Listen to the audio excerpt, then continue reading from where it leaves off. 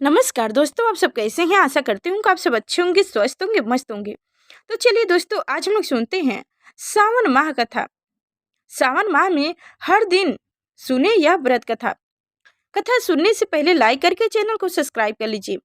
तो चलिए सावन माह कथा सुनते हैं। प्राचीन काल में एक धनी व्यक्ति था जिसके पास सभी प्रकार की धन दौलत एवं शोहरत थी, लेकिन दुर्भाग्य यह था कि उस व्यक्ति की कोई संतान न थी।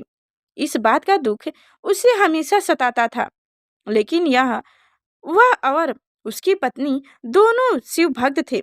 दोनों ही भगवान शिव की आराधना में सोमवार को व्रत रखने लगे थे। उनकी सच्ची भक्ति को देखकर माता पार्वती ने शिव भगवान से उन दोनों दंपति की सूनी गोद भरने को आग्रह किया। परिणाम स्वरूप शिव के आशीर्वाद से उनके घर में पुत्र ने जन्म लिया, लेकिन बालक के जन्म के साथ ही एक आकाशवाणी हुई, यह बालक अल्पायु का होगा। 12 साल की आयु में इस बालक की मृत्यु हो जाएगी। इस भविष्य कथन के साथ उस व्यक्ति को पुत्र प्राप्ति की अधिक खुशी न थी। उसने अपने बालक का नाम अमर रखा। जैसे जैसे अमर थोड़ा बड़ा हुआ, उसे उस धनी व्यक्ति ने उनको शिक्षा के लिए काशी भेजना उचित समझा। उसने अपने साले को अमर के साथ काशी भेजने का निश्चय किया। अमर अपने मामा जी के साथ काशी की ओर चल दिए। रास्ते में उन्होंने जहाँ जहाँ विश्राम किया, वहाँ वहाँ उन्होंने ब्राह्मणों को दान दक्षिणा दी। चलते चलते वो एक नगर पहुँच गए, जहाँ पर एक राजकुमारी के विवाह का समारोह हो रहा था। उस राजकुमारी का दुल्हा एक आंख से काना था। यह बात दुल्हे के परिवार वालों ने राज्य परिवार से छुपा कर रखी थी। उन्होंने इस बात का डर था कि यह बात अगर राजा को पता चल गई तो यह शादी नहीं होगी। इसलिए दुल्हे के घर वालों ने अमर से झूठ मूठ का दुल्हा बनाने का आग्रह किया और वह उनके आग्रह को मान लिया।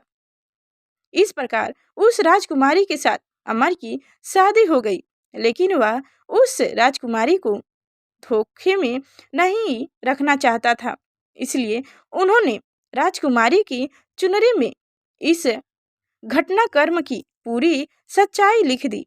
राजकुमारी ने जब अमर के उस संदेश को पढ़ा, तब उन्होंने अमर को ही अपना पति माना और काशी से वापस लौटने तक उनका इंतजार करने को कहा।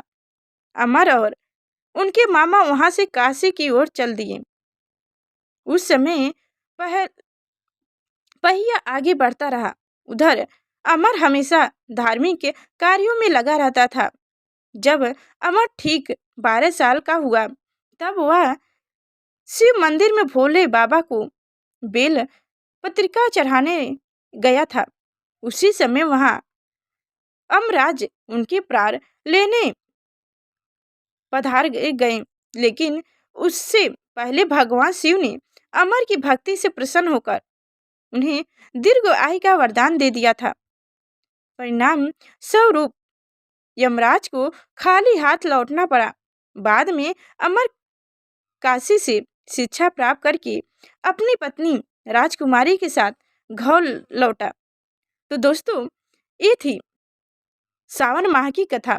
तो दोस्तों, हमारी कथा कैसी लगी कमेंट में अवश्य बताएं, और अभी तक हमारी चैनल को सब्सक्राइब नहीं किया तो सब्सक्राइब करके बेल आइकन की घंटी दबा दें, ताकि आगे जो मैं शिव माह व्रत कथा जो भी बताऊं तो सबसे पहले आप तक पहुंचे।